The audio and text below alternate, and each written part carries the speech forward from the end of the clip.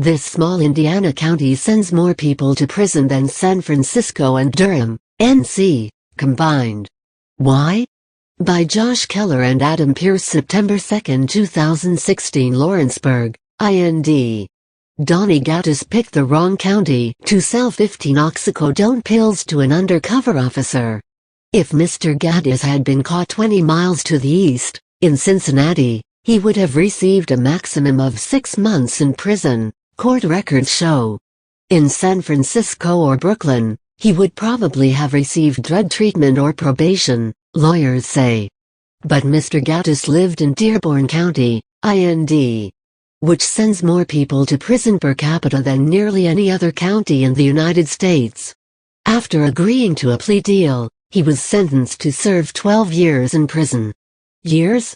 Holy Toledo, I've settled murderers for a lot less than that, said Philip Stevens, a public defender in Cincinnati. A growing divide: people in rural areas are much more likely to go to prison than people in urban areas, a major shift from a decade ago. 25 small counties less than 100,000 people, mid-sized counties 2,100K to 300K new inmates per 10,000 residents, populous counties more than 300K 15 single quote 13 single quote 06 source, New York Times analysis of the National Corrections Reporting Program. Dearborn County represents the new boom in American prisons, mostly white, rural and politically conservative. A bipartisan campaign to reduce mass incarceration has led to enormous declines in new inmates from big cities, cutting America's prison population for the first time since the 1970s. From 2006 to 2014, annual prison admissions dropped 36% in Indianapolis, 37% in Brooklyn, 69% in Los Angeles County, and 93% in San Francisco.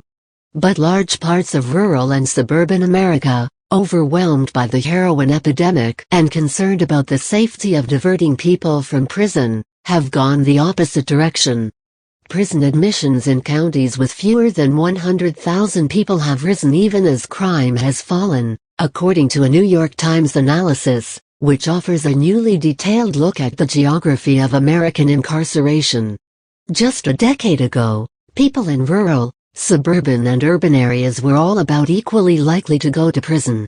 But now people in small counties are about 50% more likely to go to prison than people in populous counties. The stark disparities in how counties punish crime show the limits of recent state and federal changes to reduce the number of inmates. Far from Washington and state capitals, county prosecutors and judges continue to wield great power over who goes to prison and for how long. And many of them have no interest in reducing the prison population. I am proud of the fact that we send more people to jail than other counties, Aaron Negangard, the elected prosecutor in Dearborn County, said last year. That's how we keep it safe here. He added in an interview, "My constituents are the people who decide whether I keep doing my job. The governor can't make me. The legislature can't make me." Where Americans are sent to prison, most counties throughout rural and suburban America have resisted efforts to reduce incarceration, especially in a prison belt stretching from Texas to Indiana. Dearborn County, IND.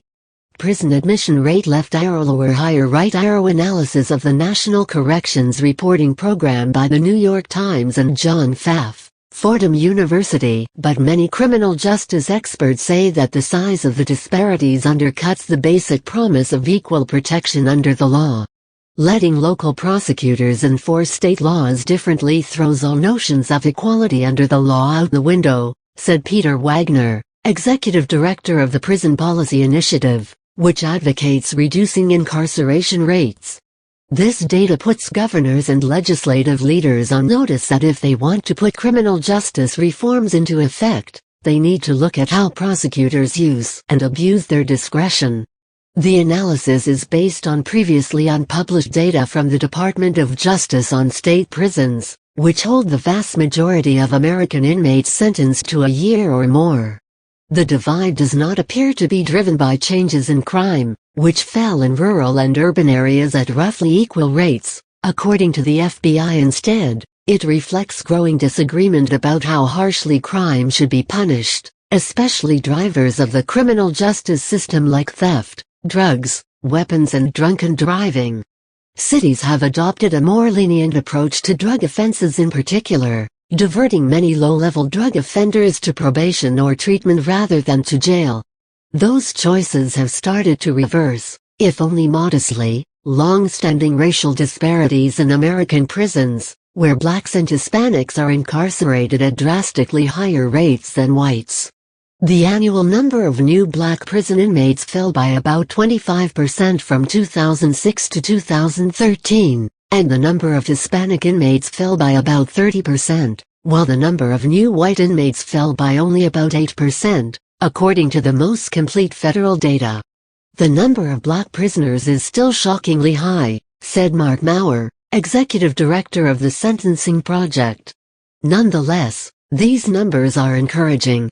It suggests that this is not necessarily an intractable problem. But rural, mostly white and politically conservative counties have continued to send more drug offenders to prison, reflecting the changing geography of addiction. While crack cocaine addiction was centered in cities, opioid and meth addiction are ravaging small communities like those in Dearborn County, where 97% of the population is white. Continue reading the main story photo. I am proud of the fact that we send more people to jail than other counties, said Aaron Negangard, the prosecutor in Dearborn County, IND. Credit I write for the New York Times. A collection of small, quiet towns near the Ohio River, Dearborn County does not look like a prison capital. Violent crime is rare. There are few empty storefronts. And local officials, flush with money brought in by a popular local casino, have built a convention center and a high school football field fit for a movie set. But the extraordinarily high incarceration rate here, about 1 in 10 adults is in prison, jail or probation, is driven less by crime and poverty than by a powerful prosecutor, hardline judges and a growing heroin epidemic. Opioid addiction spread early here. Mr. Negangard, the prosecutor, has fought the heroin crisis by aggressively going after drug crimes. If you're not prosecuting, then you're de facto legalizing it, Mr. Negangard said. Mr. Negangard has faced few obstacles to getting more convictions. He supervises his own police force, an unusual arrangement that allows him to investigate and prosecute most of the county's serious crime.